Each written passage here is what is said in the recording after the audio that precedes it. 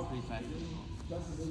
So this is the regular side control position, and some call it head and arm position. This is the one that you see 90% of the gym. If you see people sparring, they're usually in this position. Okay, so then I would say the second most common one is what I call, and a lot of other people call, judo side control. It's basically when you turn this way, there are different types of variations. When you pull the arm, when you get the hand slow. A sub variation would be scarf roll, which is kind of very different from all the other ones, especially how you react. Keep practicing going to the scarf, into the judo side control, back to regular side control. Yeah, keep it here or here, doesn't matter. And then we're gonna go for reverse side control. So either the arm comes on top and this hand matches the hip. Switch my hips and my legs over. Basically, I do like a scissor of the legs. So the second one, actually I prefer the second one, especially in Nogi when you're going in here and basically pinching up here into the armpit and then going this way, securing the arm. So start out, regular side control, go here, go back, clearing, positioning, those, maybe go for reverse side control with the arm cleared, back to regular side control, okay, do 5 to 6 each and then switch yourself. I won't tell you when to switch.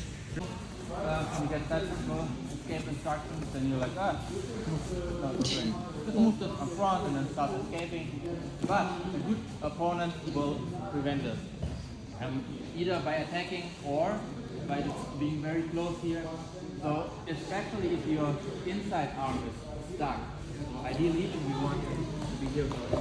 If your inside arm is stuck, the outside arm is in an underhook and the head is closed, like try doing this. You won't be able to do this against a good opponent. So a lot of beginners get stuck here. So if you're completely stuck here, you have to start with creating motion. So we have the option to push with our arms and alternate. So one way we can push is here, the other way we can push on the outside of the head. And we don't do just like one motion and hope for this because it's not going to work. We need to create motion. 1, 2, 1, and then I'll go. Depending on how good it's holding, try to hold it up. Right here. Not making more to get in front of the head. Sometimes you need to do it like 4 or 5 times depending on how good the opponent is and how good the opponent is holding. So start out with low resistance and then the person on top will increase the resistance. Don't go like full force, cranking, anything. Just slowly adjust, make it so the partner can just escape. Okay, try to work with your partner, not against you. Okay, 1, 3, 1, 2. Ready and one of the most possible spots. This arm is stretched and fold. This is stretched and tight. You're behind the floor. You have to push down. You cannot try to like take things here because you're not getting down. This is also in the beginning you usually do. Oftentimes you need to move legs to move a very strong opponent. Great. Try, you can do it just right here and start moving around, but the bridge will not be as strong. Sometimes you have to risk it, but you are in movement, so it's going to be hard to work completely now. So let's say we're here and I start like already escaping, my knees in. Now we're in a bit of a different position. He is in knee on belly. This would happen more than the straight north because we're already moving. And there's other types of escape from there, but yes, there is a risk, but you're in such a bad spot that it might be your only way to get out. I'll give you 2-3 minutes, just experiment with it a bit. Try to either keep it here and do like the weaker bump, or you risk it, but then you have to watch out for the knee on belly especially. Okay, so on 3, 1, 2, 3, here. With this arm stretch, and sometimes it's hard to get it out. honestly, in my opinion, it depends on your body type. The longer arms you have, the harder it is to get your arm in. I'll just show you the ideal position where you want to be. You want to be here, framing with the forearm. It's a general rule. With this arm, you don't want to grab. Because you see, people start out in side control and do like this as a beginner. This is bad. You never want to hold the person. You help the other person here. You always want to use the arms to frame. This is a bit of an exception because we have the gi, we can grab the gi like no gi we would be here. This helps. You can also just stay like this with gi. This arm you would never grab, even if you try. This stuff, this is not really gonna work. Then we wanna frame with the forearm, not the hand. For me it's easy, I have long arms, so it's harder to get in, but when I'm here, it's easier to frame. Short arms, so maybe it's gonna work. This is not a good idea against heavy opponents. So if I'm here with my arm, I can barely do it, my arms are long, and she puts her weight on me, come towards me on top. Yeah, this is gonna be very bad for the wrist. You don't want to avoid wrist issues and wrist injuries. So watch out for the wrist. Sooner or later you'll have some injury. I've actually both sides, not that good. Here, stable frame with the forearm, ideal position. Like here, this is very strong. Like this, you can see there's already so much space and you can frame with the forearm. And it works mostly. Anything where you grab, it's not that good. So, most people say, yeah, frame, don't grab. But you need to get them out, right? So you keep holding tight and my arms are long, I cannot just sneak it in here. Maybe with my arm here I managed to free this, but sometimes you can also start doing it from here. If I have this, I can always do a reverse crossface. What we call a reverse crossface, we just push. Actually, I think some people call reverse crossface somewhere when you go over here, but this will be like a, whatever it's called. This is very strong here. So if we manage to go here, we can start pushing. Another thing is, I start moving my head this way, and my arm is up here, and I start sliding and already making a frame. So when my head moves here, you see this opens up the space in between. The more I'm here, the harder it is to get the arm in. The more I'm on this side, the easier it is. From here, I start moving and already push. Okay, so just focus on this. That's the part you get all the way in. It's not going to be easy in the beginning. Here, push, and like with the head, start going in. Keep the constant frame sliding down. Here, push. The arm, don't hold anything with the forearm. Okay, any questions? 3, 1, 2.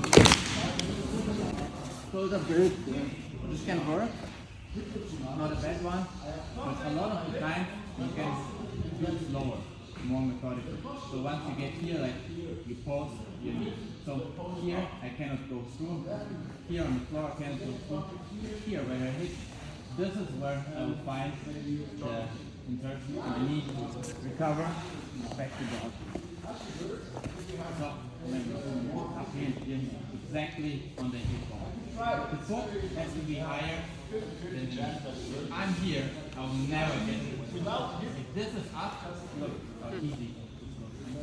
Some people like to pause this, I don't know. Feel like you're more movable. It's like you already have this frame, Most of the time, if you hold, unless you switch position, there's no preventing my knee from going. Because I've established already 2 of my frames. Back here, I have nothing.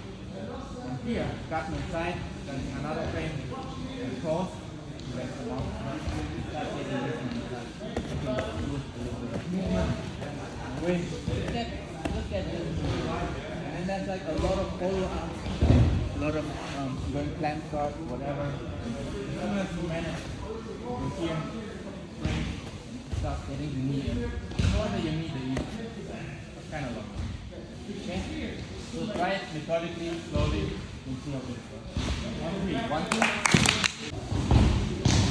The most common reaction of you trying to do the things is people going into judo side control. See, like here. if she grabs my gi, it's especially bad. This is like one of the worst positions. If she has like grab the elbow, the gi on the tricep and pull it in. Yeah, you don't want to be here. So let's go back.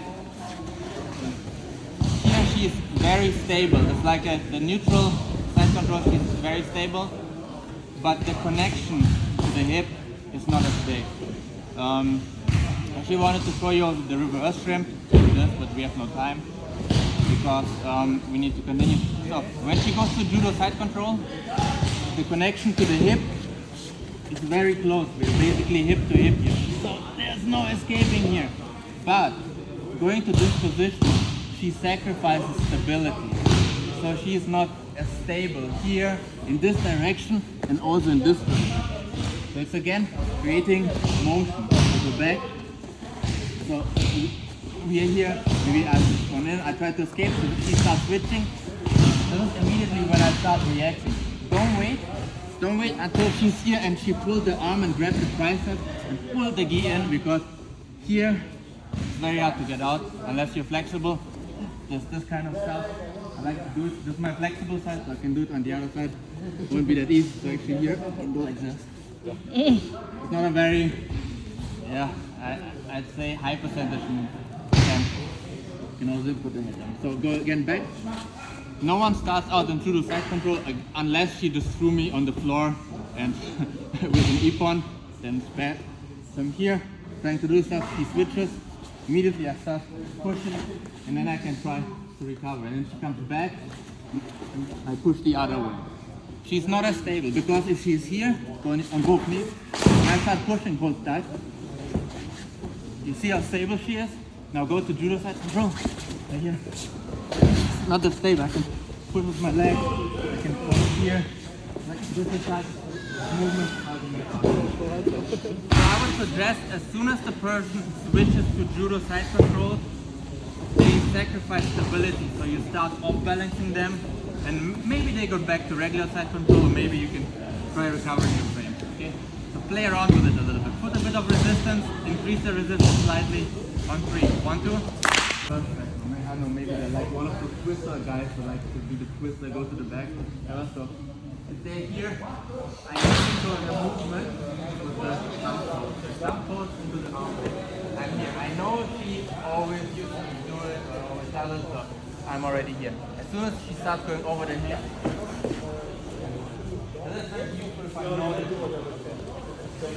I always try to be a step ahead of the person.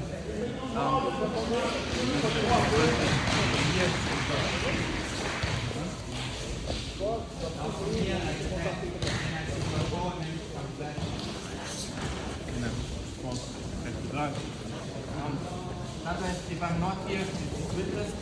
My arm is here, and I try to catch. I'm here. You can also start pushing in here, or maybe pull from the arm. This is very, very strong, this kind of frame.